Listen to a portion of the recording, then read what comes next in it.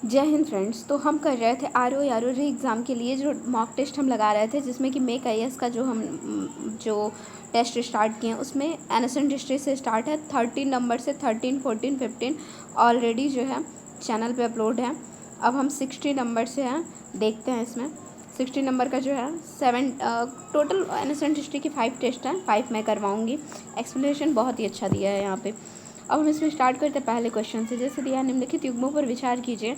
तमिल संगम जो है आयोजन स्थल और तमिल संगम दिया है कि इसमें पूछा है प्रथम संगम कहाँ हुआ था, तो इसका जो राइट आंसर हो जाएगा बी हो जाएगा, केवल 2 सही है। तो देखिए इसमें जो पहला संगम हुआ था ना, ये 3 संगम हुआ था, जिसमें कि जिसे तमिल कवियों का आयोजन तमिल कवियों का आयोजन समागम का आयोजन किया गया था, जिसे क्या कहते हैं, मुजंगम कहते हैं। माना जाता है कि प्रथम संगम जो हुआ था मदुरै में आयोजित हुआ था। इस संगम में देवता और महान संत शामिल थे। इस संगम का कोई साहित्यिक जो ग्रंथ है उपलब्ध नहीं है। दूसरा संगम जो हुआ था वो हुआ था कपाटपुरम में। दूसरा संगम कहाँ हुआ था, तो कपाटपुरम में। इस संगम का एकमात्र मतलब जो व्याकरण ग्रंथ है वो तुल्कापियम है। और वहीं अगर तीसरा संगम देखें तो मदुरै में हुआ था, लेकिन यहाँ पे गलत दिया है इसलिए। और तीसरा संगम जो है मदुरै में हुआ था। इस संगम में अधिकांश ग्रंथ नष्ट हो गए थे। कुछ जो सामग्री समूह ग्रंथ या महाकाव्यों के रूप में उपलब्ध हैं। और दक्षिण भारत में कृष्णा एवं तुंगभद्रा नदी के दक्षिण में स्थित है और लगभग 300 ईसा पूर्व 300 ईस्वी के बीच अवधि में संगम काल नाम से जाना जाता है। संगम में तमिल कवियों का एक संगम या सम्मेलन था। 8वीं सदी में 3 संगमों का वर्णन है, जैसे कि पांड्य राज्यों द्वारा इन संगमों को शाही संरक्षण प्रदान किया गया था। ये साहित्यिक रचनाएं द्रविड़ साहित्य के शुरुआती नमूने थे। अब जैसे दूसरा क्वेश्चन दिया, तोल्कापियम ग्रंथ के संदर्भ में निम्नलिखित कथनों पर विचार कीजिए। तोल्कापियम क्या है, तो तोल्कापियम जो है तमिल भाषा में लेखक तोल्कापियर की है। ये द्वितीय संगम जो हुआ था उसी का उपलब्ध एकमात्र प्राचीनतम ग्रंथ है। यहाँ पे क्या दिया, प्रथम संगम दिया, इसलिए पहला तो सही है और दूसरा लेकिन गलत है, इसलिए राइट आंसर ए हो जाएगा इसमें। और ये द्वितीय संगम में मतलब इसका जो ये ग्रंथ बना, यह द्वितीय संगम का उपलब्ध प्राचीनतम एकमात्र ग्रंथ है। यह व्याकरण से संबंधित एक ग्रंथ है और साथ ही इस समय राजनीतिक और सामाजिक आर्थिक स्थितियों की जानकारी भी प्रदान करता है। अतिरिक्त हम इसके बाद देखेंगे, जैसे कि पत्तू पातू 10 गीत 10 कविताओं का संग्रह है। यह तृतीय संगम का दूसरा संग्रह ग्रंथ है। कभी पूछ सकता है कि पत्तू पातू जो है वो मतलब कृष्ण संगम का जो ग्रंथ है वो तो तृतीय संगम का दूसरा संग्रह ग्रंथ है। ये 10 कविताएं हैं, जैसे कि तिरुमुरुक्का त्रुपदय और नेडनल वाड्डय, पिरुमपन त्रुपदय, क्या क्या नाम है, पतिन पल्लह पोरुन, इसको आप लोग पढ़ लीजिएगा, मुझे सच में नहीं समझ में आ रहा है क्या ही नाम है। फिर हम थर्ड नंबर क्वेश्चन देखेंगे। यहाँ पे दिया है सूची और मतलब बताना है इसमें किसकी रचना है। शिल्पाधिकरण किसकी है, इलांगो आदिकल द्वारा है। और मणि मैखले वहीं पे देखेंगे तो शीतले सत्यनारायण द्वारा लिखे गए एक महाकाव्य हैं। इन महाकाव्यों द्वारा तत्कालीन संगम समाज और राजनीति के विषय में अच्छी जानकारी प्राप्त होती है। तोल्कापियम के जो लेखक हैं वो हैं तोल्कापियर है। और तिरुकुरल ग्रंथ जो कि इसके महान कवि हैं तिरुवल्लुर। और हम देखेंगे पदी ने किल कड़ुक्कू, ये 18 कविताओं का एक आचार मूलक ग्रंथ है तथा ये तृतीय संगम साहित्य से संबंधित है। ये किससे है, तो तृतीय संगम साहित्य से है। और इन 18 कविताओं में महत्वपूर्ण कविता तमिल महान कवि दर्शनक तिरुवल्लुवर द्वारा लिखित है। तिरुवल्लुवर है, इसे तमिल साहित्य का बाइबल अथवा पंचम वेद भी कहा माना जाता है। नेक्स्ट हम क्वेश्चन देखेंगे, क्वेश्चन नंबर 4। जैसे दिया है कपिलार या फिर काबिलर के संदर्भ में यहाँ पे दिया हुआ है, क्या हो जाएगा, तो जैसे कि इसमें पहला दिया है कि ये संगम काल के सबसे विपुल तमिल कवि थे, तो ये तो सही है। दूसरा कह रहा है कि उन्हें वेलपरी नामक चेर राजा ने संरक्षण दिया था, तो ये भी इसका राइट आंसर हो जाएगा सी। ये संगम काल के सबसे विपुल तमिल कवि थे। इन्हें क्या है, वेलपारी नामक चेर राजा का संरक्षण था। कपिलार के बारे में ये कह रहा है, कपिलार ने कलिथौके और कुरिंजपातु नामक ग्रंथ लिखे थे। फिर है मामूलनार नामक जो तमिल कवि ने नंद और मौर्यों का उल्लेख किया था। मामूलनार नामक एक कवि था तमिल कवि, इसने नंदों और मौर्यों का उल्लेख किया था। उसके बाद देखेंगे तमिल कृति जो मड़नूल विवाह ग्रंथ भी कहा जाता है किसको, तो इसका हो जाएगा ए ऑप्शन, जीवक चिंतामणि। जीवक चिंतामणि एक तमिल महाकाव्य है। यह जैन मुनि तिरुत्तक देवर द्वारा जैन ग्रंथ है, रचित जैन धर्म ग्रंथ है। गृहस्थ जीवन के स्वरूप का स्पष्ट किया गया है। इस ग्रंथ के मुख्य रूप से श्रृंगार रस का प्रयोग किया गया है। इस ग्रंथ में 8 विवाहों का वर्णन है। इसे मणनूल विवाह ग्रंथ भी कहा जाता है। वहीं नच रवि कनियर ने संगम कृतियों पर टीका लिखी है। नच्ची रवि कनियर जो थे, इन्होंने संगम कृतियों पर टीका लिखी है। वहीं कपिलर और कलिथौके ने कुरिंज पातु नामक ग्रंथ लिखा है। वहीं पे हम देखेंगे ओवैयार और नेचलियर संगम काल की 2 प्रसिद्ध कवयित्री थी। संगम काल की 2 प्रसिद्ध कवयित्री कौन थी? तो ओवैयार और नेचलियर। मेगस्थनीज, स्ट्रैबो, प्लिनी और टॉलमी जैसे यूनानी लेखकों ने पश्चिम तथा दक्षिण भारत के वाणिज्यिक व्यापार संपर्कों के बारे में उल्लेख किया था। अशोक के अभिलेखों में भी चोल, पांड्य और चेर के बारे में बताया गया है। वहीं कलिंग के शासक थे खारवेल के हाथीगुम्फा अभिलेख में तमिल राज्यों का उल्लेख है। 8वीं सदी में इरैयनार अगगप्पोरुल के भाष्य में भूमिका में तीनों संगमों का वर्णन किया गया है। अब हम देखेंगे क्वेश्चन नंबर 6, चेर संगम कालीन के संदर्भ में। तो इसका जो हो जाएगा, इन्होंने आधुनिक राज्य केरल और मध्य उत्तरी हिस्सों का तमिलनाडु के कोंगू क्षेत्र को नियंत्रित किया था और इसकी राजधानी जो है वो टोंडी थी। पहला जो इसमें है ये सही हो जाएगा, केवल 1।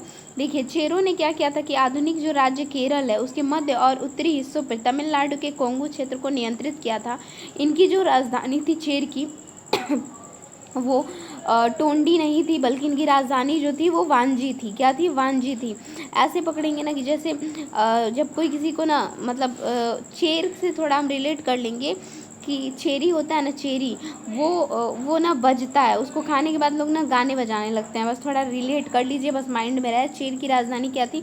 वांजी। और चेर से हमें तुरंत साउंड आएगा चेरी का, और चेरी से क्या होता था ना कि मतलब वाजी की साउंड आती थी ऐसे। और ये पश्चिमी तट मुसीरी और टोंडी के बंदरगाह के नियंत्रण में है। चेरों का जो प्रतीक चिन्ह था वह धनुष बाण था। इसको हम ऐसे याद करेंगे ना, कोई किसी को अगर छेड़ेगा तो उसको धनुष या बाण से मार दिया जाएगा। तो चेरों की प्रतीक चिन्ह थी वो धनुष बाण थी चिन्ह। और ईसा की पहली शताब्दी में पुगलूर शिलालेख से चेर के शासक की 3 पीढ़ियों की जानकारी मिलती है। चेर जो था संगम कालीन, चेर राजा रोमन साम्राज्य के साथ व्यापार लाभ प्राप्त करते थे। कहा जाता था कि उन्हें आगस्टक एक मंदिर भी बनवाया गया था, कि उन्होंने क्या किया था? आगस्टक एक मंदिर भी बनवाया। चेरों का सबसे महान राजा था सेनगुट्वन और सेंगुट्वन, जिन्हें लाल एवं अच्छे चेर भी कहा जाता था। सेनगुट्वन और सेंगुतन ने चेर राज्य में पत्नी पूजा प्रारंभ की थी। किसने? सेनगुट्वन और सेंगुतन ने चेर राज्य में क्या की थी? पत्नी पूजा प्रारंभ की थी। इसे कड़गी पूजा भी कहा जाता है। वह दक्षिण भारत में चीन में दूत भेजने वाले व्यक्ति थे। उसके बाद हम देखेंगे क्वेश्चन नंबर 7 दिया है, संगमकालीन राजवंश के प्रतीक। देखिए आ गया ना, यहाँ पे क्वेश्चन आ गया, तो इसमें सही है सारा। संगम युग में जो है राजवंश के शाही प्रतीक होते थे, प्रत्येक राजवंश के। जैसे चोलों के लिए बाघ था, तो हम ऐसे बोलेंगे किसी से ना, चलो बाघ देखने चलते हैं। तो चलो जब भी आएगा तो बाघ देखने चलते हैं। तो चोलों के लिए बाघ। और पांडे जो पंडित होते हैं ना, पांडे, ऐसे बस मैं रिलेट कर रही हूँ, मछली खाते हैं, तो पांड्यों के लिए मछली था प्रतीक चिन्ह। और कोई किसी को अगर छेड़ेगा तो धनुष से मारा जाएगा, तो चेरों के लिए धनुष था। चोल संगमकालीन, चोलों ने तमिलनाडु के मध्य उत्तरी भागों को नियंत्रित किया था और उनके शासन का मुख्य क्षेत्र जो था कावेरी डेल्टा था। इसके बाद चोल मंडलम के नाम से जाना जाता था। उनकी राजधानी उरयूर जो कि तिरुचिरापल्ली शहर के पास थी। बाद में करिकल, कावेरी पत्तनम एवं पुहाड़ नगर की स्थापना कर उसे राजधानी बनाया। इनका प्रतीक चिन्ह क्या था? बाघ था चोल का। चोलों के पास एक कुशल नौसेना भी थी। चोल राजाओं में राजा करिकाल सर्वाधिक महत्वपूर्ण शासक था। क्वेश्चन नेक्स्ट देखेंगे, पांड्य संगम कालीन के संदर्भ में निम्नलिखित कथनों पर विचार। यह राज्य भारतीय प्रायद्वीप के सुदूर दक्षिण और दक्षिण पूर्वी भाग में था, तो ये सही है। इन्होंने तमिल संगमों का संरक्षण किया और संगम कविताओं का संकलन की सुविधा प्रदान की। डी ऑप्शन सही हो जाएगा। देखिए, पांड्यों ने क्या किया था? मदुरै से शासन किया। पांड्य राज भारतीय प्रायद्वीप से सुदूर दक्षिण और दक्षिण पूर्वी भाग में थे। कोरकई इनकी क्या थी? प्रारंभिक राजधानी थी। क्या? कोरकई, जो बंगाल की खाड़ी के साथ थम्पर पराड़ी के संगम के पास स्थित थी। तो हम इनको याद करेंगे ना, बाई द वे अगर दे देगा तो पांडे क्या करते हैं कि कोरा मतलब कोरी चीज़ पे ही बैठते हैं, या फिर मतलब कोरे कपड़े पहनते हैं। पंडित जो होते हैं, तो राजधानी के लिए हम ऐसे याद करेंगे कि पांड्य की क्या थी? कोरकई। पांड्य वंश का जो प्रतीक चिन्ह था, तो पंडित क्या करते हैं, मछली, तो ऐसे मछली से याद हो जाएगा। उन्होंने तमिल तमिल संगमों का संरक्षण किया था और संगम कविताओं के संकलन की सुविधा प्रदान की थी। इन शासकों ने एक नियमित सेना बनाई रखी और संगम साहित्य के अनुसार पांड्य राजधानी और समृद्ध थी। पांड्य संगम कालीन में हम देखेंगे पांड्यों का जो पहला उल्लेख है वे मेगास्थनीज ने किया था। पांड्यों का पहला उल्लेख किसने किया था, मेगास्थनीज ने। उन्होंने इस राज्य को मोतियों के लिए प्रसिद्ध बताया था। इन्होंने क्या क्या बताया था कि मोतियों के लिए प्रसिद्ध बताया। इस राज्य में ब्राह्मणों का काफ़ी प्रभाव था और ईसा की शुरुआती शताब्दियों में पांड्य राजा वैदिक यज्ञ करते थे। कालभ्रस नामक जनजाति के आक्रमण से के साथ उनकी शक्ति का क्षय हुआ और नल्ली व कोडन संगम युग का अंतिम जो ज्ञात था पांड्य शासक था। नेक्स्ट है 9 नंबर क्वेश्चन, संगम कालीन राज्य व्यवस्था और प्रशासन के संदर्भ में देखेंगे। इस दौरान वंशानुगत राजतंत्र का प्रचलन था। राज्य की आय का मुख्य स्रोत जो था वो क्या था, भूमि राजस्व। तो इसमें भी डी ऑप्शन होगा जो है दूसरा, मतलब पहला दूसरा दोनों सही है। संगम कालीन के दौरान वंशानुगत राजतंत्र का प्रचलन था तथा राज्य की आय का मुख्य स्रोत क्या था, भूमि राजस्व था। विदेशी व्यापार पर सीमा शुल्क भी लगाया गया था। संगम काल में राजा की शक्ति 5 परिषदों का नियंत्रण था जिन्हें पंचावरम या पंच महासभा के नाम से जाना जाता है। इनमें मंत्री, अमचौर और पुरोहितार, दूतार और सेनापतियार और गुप्तचर और सम्मिलित थे। नेक्स्ट 10 नंबर क्वेश्चन है, संगम काल के संदर्भ में दिया हुआ है। इस काल में समाज में विभिन्न समाज वर्गों का अस्तित्व था। तो ये तो सही। इस काल में दास प्रथा प्रचलित नहीं थी, बिल्कुल थी। देखिए पुरुनानुर नामक ग्रंथ में 4 वर्गों जैसे कि तुड़ियन, पाड़न, पड़ैन और कडम्बन का उल्लेख मिलता है। प्राचीन आदिम जनजातियां जैसे कि थोड़ा, इरुला और नागा वेदर इस काल में पाई जाती थी। इस काल में दास प्रथा भी जो प्रचलित थी, दासों के लिए नियमित बाजार लगते थे। अब देखिए संगम कालीन में क्या होता था। संगम कालीन के दौरान वंशानुगत जो था राजतंत्र का प्रचलन था। सैन्य प्रशासन का संचालन कुशलतापूर्वक किया गया था। प्रत्येक शासक को एक नियमित सेना जुड़ी हुई थी। राज्य की आय जो थी वो भूमि राजस्व था और विदेशी व्यापार पर सीमा शुल्क भी लगाया जाता था। युद्ध में लूटी हुई जो संपत्ति थी वो राजकोष की आय में जाता था। डकैती और तस्करी को रोकने के लिए सड़कों और राजमार्गों की उचित व्यवस्था बनाए रखा गया था। नेक्स्ट है क्वेश्चन दिया है यहाँ पे कि संगम, इसका राइट आंसर हो जाएगा बी, मिला लीजिएगा। संगम कविताओं में भूमि पांच मुख्य प्रकार पाए जाते थे। किसके, भूमि के। तो जैसे कि मूल्य से क्या हो जाएगा, मूल्य चारागाह। मरुदम से कृषि मैदानी, मतलब भूमि का प्रकार है। तो मूल्य, तो जो मूल्य होते हैं वो क्या कर जाते हैं, तो चारागाह मतलब होते हैं, चारागाह होते हैं। और मरुदम तो कोई है ना जिसके मतलब मर गया, दम उसकी निकल गई कृषि करते करते, तो मरुदम कृषि मैदानी। पाले जाते हैं रेगिस्तान में कैसे लोग, ऐसे हम थोड़ा यार रिलेट करेंगे कि कैसे लोग पाले जाते हैं रेगिस्तान में। पाले आएगा तो हमारे माइंड में एक क्वेश्चन मार्क आएगा, पाले जाएंगे कैसे, पाले जाएंगे तो वो भी रेगिस्तान में। नेथल, तो नेथल से हम थल लेंगे। थल कहाँ, तो समुद्र में थल नहीं होता है, समुद्र में पानी होता है, ठीक है। कुरिंची से हो जाएगा पहाड़ी। तो कुरुक्षेत्र जो था ना वो पहाड़ पे था, ऐसे याद कर लीजिए। कुरी से कुरु हम निकालेंगे और पहाड़ी। तो थोड़ा बहुत अगर ऐसे रहेगा ना तो क्वेश्चन गलत नहीं होगा, इतना मैं गारंटी के साथ कह रही हूँ। वैसे रटते रहिए, 1-2 दिन में याद होगा, फिर भूल जाएगा।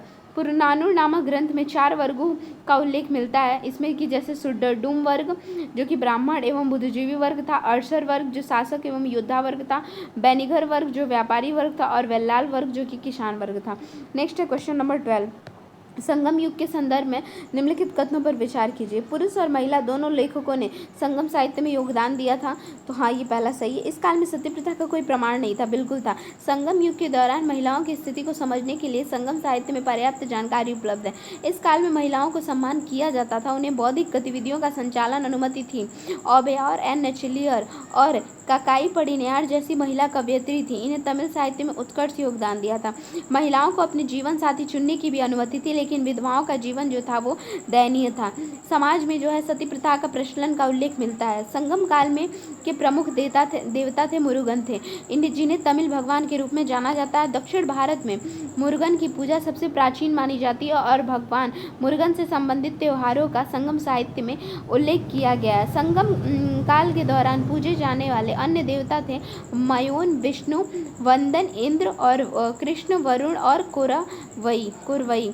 संगम युग में बौद्ध धर्म और जैन धर्म का भी प्रसार दिखाई पड़ता है संगम युग में, तो ये इम्पोर्टेंट है। संगम युग की अर्थव्यवस्था के संदर्भ में हम देख लेते हैं। इस काल में कृषि मुख्य व्यवसाय था और चावल सबसे आम फसल थी। इस काल में व्यापार आंतरिक एवं विदेशी दोनों प्रकार का होता था, भी दोनों सही हो जाएगा। इस काल में क्या था, कृषि मुख्य व्यवसाय था और चावल सबसे आम फसल थी। हस्तकला में बुनाई, धातु के काम, बढ़ईगिरी और जहाज निर्माण, मोतियों और पत्थरों में हाथी दांत का उपयोग, आभूषण बनाना शामिल था। संगम युग का महत्वपूर्ण विशेषता इसका आंतरिक और बाहरी व्यापार था। सूती और